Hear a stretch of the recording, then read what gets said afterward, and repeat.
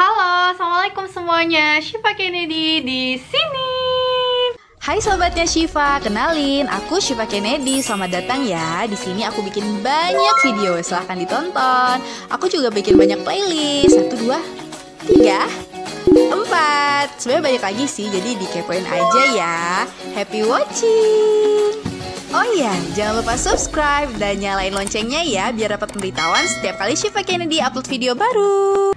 Halo, ketemu lagi di YouTube Syifa Kennedy. Bagi teman-teman yang udah subscribe, pastinya tadi dapat pemberitahuan pas ada video baru. Bagi teman-teman yang belum subscribe, silahkan tekan tombol subscribe atau langganan. Dan jangan lupa aktifkan lonceng atau notifikasinya, biar teman-teman dapat pemberitahuan setiap Syifa Kennedy upload video baru. Oke, sesuai judulnya aku ingin membahas tentang cara menambah tinggi badan. Tapi sebelum itu aku ingin sharing ke teman-teman semuanya, sebenarnya apa sih yang mempengaruhi tinggi badan seseorang? Oke, aku mau nanya dulu nih sama teman-teman yang nonton di sini. Ada nggak di sini teman-teman yang pengen banget tumbuh tinggi, badannya itu tinggi ideal, dan udah melakukan berbagai cara untuk tinggi? Misalnya nih, udah minum suplemen. Suplemen apa sih yang kalian minum? Terus udah olahraga apa sih yang udah kalian lakukan? Atau nih usaha-usaha lain yang mungkin teman-teman pernah lakukan. Kalau misalnya kalian pengen tinggi dan kalian udah melakukan usaha-usaha tadi, please komen di bawah, karena aku mau tahu sebenarnya apa sih yang udah kalian coba untuk menambah tinggi badan kalian, dan apakah usaha-usaha kalian tersebut berhasil. Please, aku pengen tahu jawabannya. So, bagi teman-teman silahkan tulis komentar di bawah. Semoga juga bermanfaat sharingannya ke teman-teman yang nonton video ini nantinya.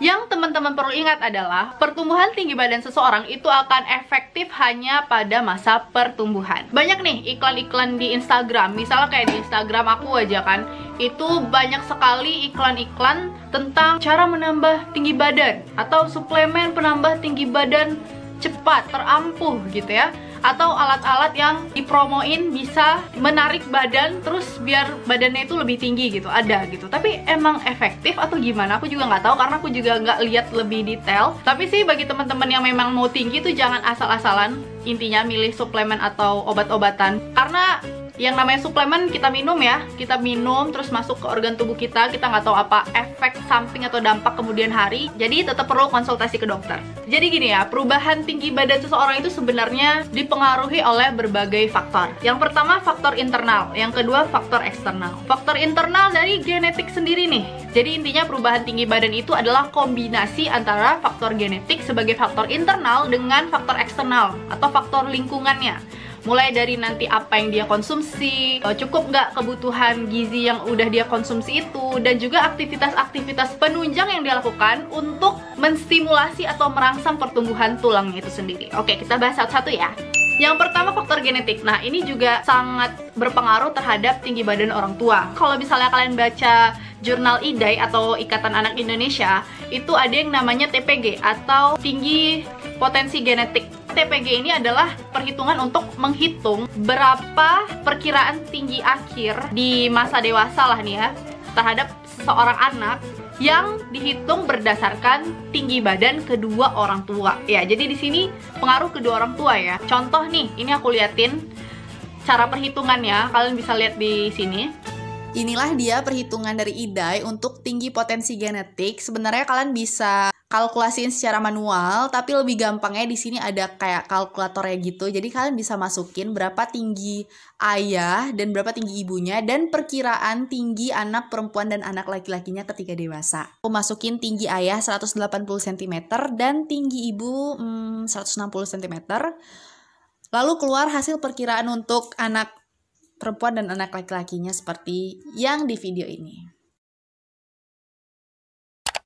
Gak heran kalau misalnya orang tuanya dikategorikan gak terlalu tinggi, anaknya juga bakal gak terlalu tinggi juga gitu. Walaupun mungkin nutrisinya bagus, olahraganya cukup misalnya, karena faktor genetiknya terlalu kuat misalnya. Tapi ada juga orang yang faktor genetiknya nggak ada yang terlalu tinggi sebenarnya, biasa-biasa aja gitu. Tapi karena faktor aktivitasnya bagus, olahraganya bagus, sehingga merangsang atau menstimulasi tulangnya untuk tumbuh gitu ya, untuk lebih kuat, lebih berkembang. Ditambah lagi faktor gizinya juga tercukupi, mulai dari kalsium misalnya, vitamin D, fosfor, protein sebagai zat pembangun tubuh. Nah, bisa jadi anaknya juga punya potensi untuk lebih tinggi gitu. Untuk banyak jurnal dikatakan gen yang mempengaruhi tinggi badan ini dinamakan HMG-A2. HMG-A2 inilah salah satu gen yang berperan di tinggi badan seseorang.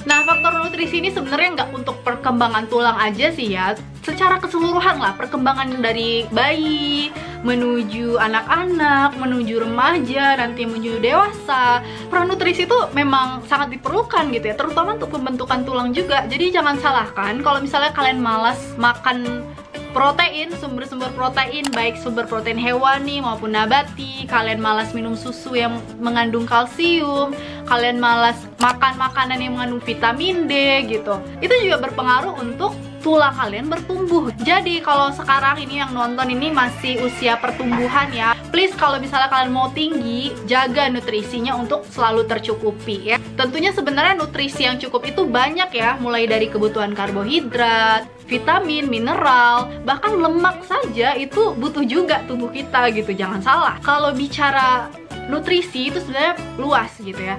Tapi yang paling banyak berhubungan juga dengan pertumbuhan tulang adalah kalsium, vitamin D, fosfor, vitamin A, juga protein nabati dan protein hewani. Kalsium misalnya yang terdapat pada susu. Kalsium ini dibutuhkan untuk formasi tulang dan menopang tinggi badan ideal. Selain bermanfaat sebagai penyusun tulang, kalsium ini juga bekerja untuk mendorong sel-sel osteoblas atau sel-sel pembentuk tulang untuk lebih aktif. Dan tentunya fungsinya juga untuk menguatkan tulang. Jadi penting sekali kalsium ini terutama bagi anak-anak pada masa pertumbuhan, pada masa sekolah, dimana sekitar 50-70% kalsium yang dicerna yang masuk nih, kita minum misalnya, diserap oleh tubuh. Makanya pada usia sekolah ataupun masa pertumbuhan itu dianjurkan banget minum susu, karena lagi bagus nih penyerapannya di usus. Bahkan ada penelitian yang mengatakan bahwa anak-anak yang tidak mengkonsumsi susu, yang tidak dapat intake kalsium yang cukup, itu punya skeleton atau tulang yang lebih kecil, serta mempunyai kandungan mineral dalam tulang yang lebih rendah dibandingkan anak-anak yang mengkonsumsi susu, which is yang dalamnya ada kalsium. Jadi sebenarnya jika kebutuhan nutrisi kamu benar-benar terpenuhi, sebenarnya kamu nggak butuh suplemen atau obat-obat tambahan lain dari luar. Asalkan ya tadi semua kebutuhan nutrisi tercukupi ya, terutama kayak protein zat pembangun tubuh, ada protein nabati, protein hewani, kacang-kacangan misalnya ya, protein nabati tempe, tahu, ataupun protein hewani ada daging, telur, ikan, ayam. Jadi bervariasi lah gitu untuk gizinya. Jadi faktor nutrisi sangat-sangat berperan penting. Yang ketiga adalah faktor aktivitas. Nah, ini juga tidak bisa diremehkan. Aku cerita sedikit ya. Aku sama adik-adik aku tuh beda 2 tahun. Kayak kita tuh berempat cewek semua tuh beda-beda 2-3 tahun. Dan kalau diurutin ya, dari aku sampai adik aku yang keempat, itu aku yang paling kecil badannya. Aku kayak paling mungil badannya, padahal aku paling tua umurnya. Nah, kenapa? Selain faktor makanan, aku juga gak tahu ya, padahal kan aku anak pertama ya. Biasanya kalau anak pertama tuh kan makan itu lebih kayak diperhatikan lah gitu ya. Tapi menurut aku yang berperan di aku dan adik-adik aku, kenapa aku lebih kecil dan adik-adik aku lebih tinggi, adalah faktor aktivitas ini gitu. Karena kalau dulu aku jarang, bisa dikatakan jarang olahraga, jarang jalan kaki. Sementara kalau adik-adik aku ini hobi olahraga, hobi jalan. Kalau ke sekolah nggak mau dijemput, maunya jalan kaki. Nah, semakin mereka sering menstimulasi kaki mereka untuk jalan, semakin mereka menstimulasi kaki panjang mereka untuk bergerak, maka itu semakin menstimulasi tulang mereka itu untuk tumbuh. Olahraga apa sih yang bisa membuat kamu terstimulasi kakinya biar jauh lebih tinggi gitu? Intinya sih olahraga yang memberi beban pada bagian kaki gitu. Misalnya nih atletik, main basket, badminton, berenang, olahraga ringan, lompat lari, atau olahraga-olahraga sejenis.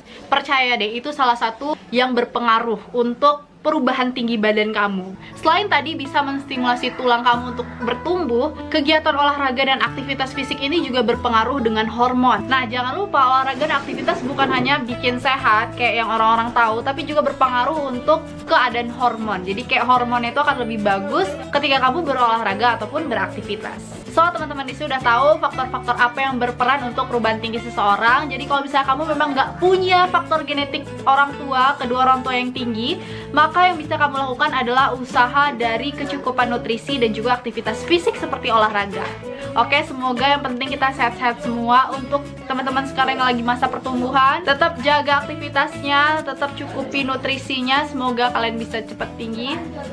Dan yang penting bagi teman-teman di rumah, sehat adalah nomor satu. Maupun tinggi, maupun gak terlalu tinggi, itu sebenarnya gak masalah. Bagi teman-teman yang masih bisa melakukan ikhtiar selagi epiphysis plate-nya masih belum nutup, kalian bisa melakukan ikhtiar-ikhtiar seperti yang aku katakan tadi. So, bagi teman-teman jangan lupa like videonya, komen di bawah kalau misalnya kalian mau sharing cerita ataupun ada pertanyaan, dan kira-kira request video apa ya untuk next video.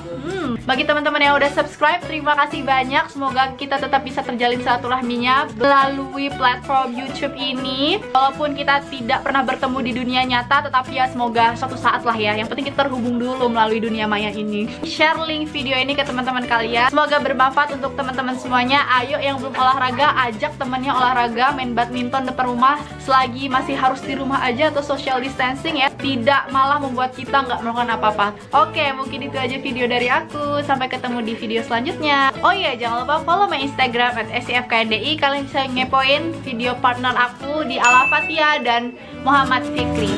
See you on my next video. Bye bye. Assalamualaikum warahmatullahi wabarakatuh.